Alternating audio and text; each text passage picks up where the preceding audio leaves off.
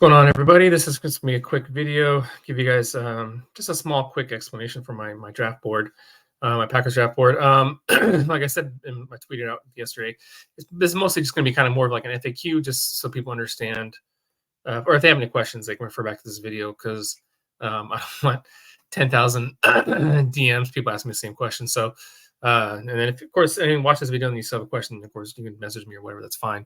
I just don't want the same question 20 times. So basically this is my Packers board. I take into account all their athletic thresholds on this board. And so it's going to be, obviously it's going to be a Google sheet. And it's of course divided by, positions and all that stuff. It's pretty basic, pretty understandable. So any measurement or testing numbers that's in red, that's a borderline test. Either it's right at the borderline or their threshold, or or it's maybe slightly tiny bit over, where I'm kind of giving them a little bit of a benefit of doubt, just because Goody seems to be more flexible on this stuff than Ted was. So anything in red is kind of like a borderline thing. And then on the column that says complete, that's just complete testing. So if they have all the testing, they have their 40, they have their broad jumps, vertical jumps, agility tests, all that stuff. So if it says yes, that means we have all the tests. If it says no, then we don't have all of it. So it's not a complete RAS score.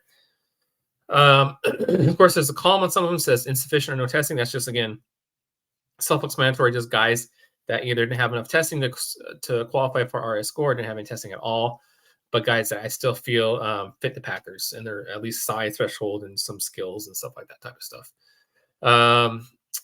Everything else is pretty self-explanatory. Just looking through real quick here. But you will see, where'd it go? Sorry. You will see sections where I have maybe a concern about the player. Those are just, again, it's just a concern about the player as far as fitting with the Packers. Even though athletically maybe they fit, there may be a question of them whether they actually fit with the Packers. So, like, for example, when it comes to the interior offensive linemen, so the Packers are pretty specific when it comes to that, in the sense of when they draft their guards, it's almost a requirement for their guards to have tackle experience. Since Ted Thompson, they've only drafted one guy who was drafted to primarily play with guard, I should say, that had zero tackle experience in college. And if you know who that is, you're smart, or you're too much of a nerd like me. And that guy didn't even last. That guy got traded to the Jets before training camp, I believe.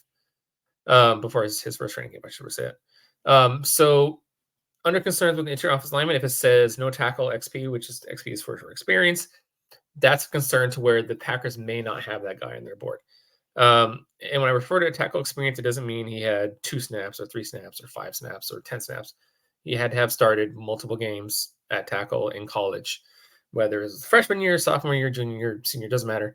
The Packers like their guys that have tackle experience. So again, if you see that, just know that that player may not be on the Packers board. And of course, on the offensive lineman for offensive tackles and interior offensive line, you'll see a column for other positions. Again, that's just if that player has played a different position in college. If that guy played, for example, I have, Graham Barton, who's at the top of the interior offensive lineman. I have him listed as center, but he could also, even though he played tackle in college, I don't project him being able to play tackle in the NFL, or really playing tackle in the NFL, any sort of outside of any sort of emergency type of thing. So the under position, I have also offensive guard listed, and then I have his RS score at that position. So it's just kind of more of a reference for anybody, if anybody was curious. But I have guys listed at positions that they would be projected if they were in Green Bay. So like maybe some other team may have, for example, Brandon Coleman from TCU. He played tackle the last couple of years, but there may be some NFL teams that view him as a tackle. I think Green Bay would view him as a guard, but they could potentially view him as a tackle, I guess. Maybe it's not a great example, but you guys get what I'm saying. So they'll be listed at positions that they would play in Green Bay if they were in Green Bay.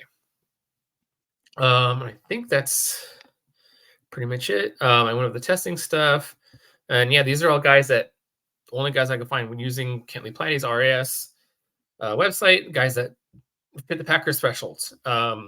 It's not a great class.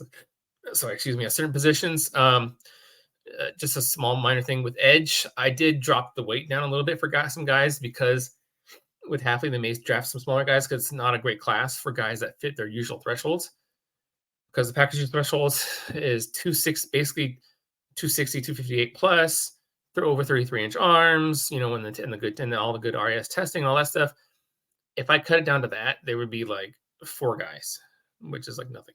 So yeah. So like I said, and plus with Hafley's new system, they may draft some smaller guys. And Goody made a comment recently that, you know, he's going to take those bigger guys in the early rounds, but in the later rounds, he may fudge the weights a little bit because those guys will play in special teams anyway.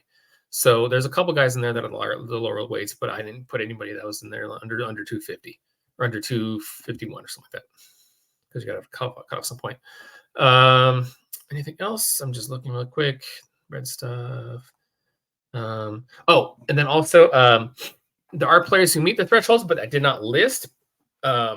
Those are it's a lot of those players are the guys who are projected to go earlier than Green Bay's picking. So like I didn't list Rome Odunze. I didn't list Malik Neighbors. Those type of guys, because those guys are projected to go so much earlier than Green Bay's not going to trade up for them. And plus, Green Bay's not going to trade up for wide receiver anyway. But even with that being said, like I said, there's certain guys I didn't list, like I said, because I projected them to go way before Green Bay, where Green Bay's not going to trade up for them, and Green Bay has no shot at them, basically. So I just don't even list them. There's, you know, like I didn't list Mitchell and Terry Arnold because I don't think Green Bay's going to be willing to trade up high enough to get them.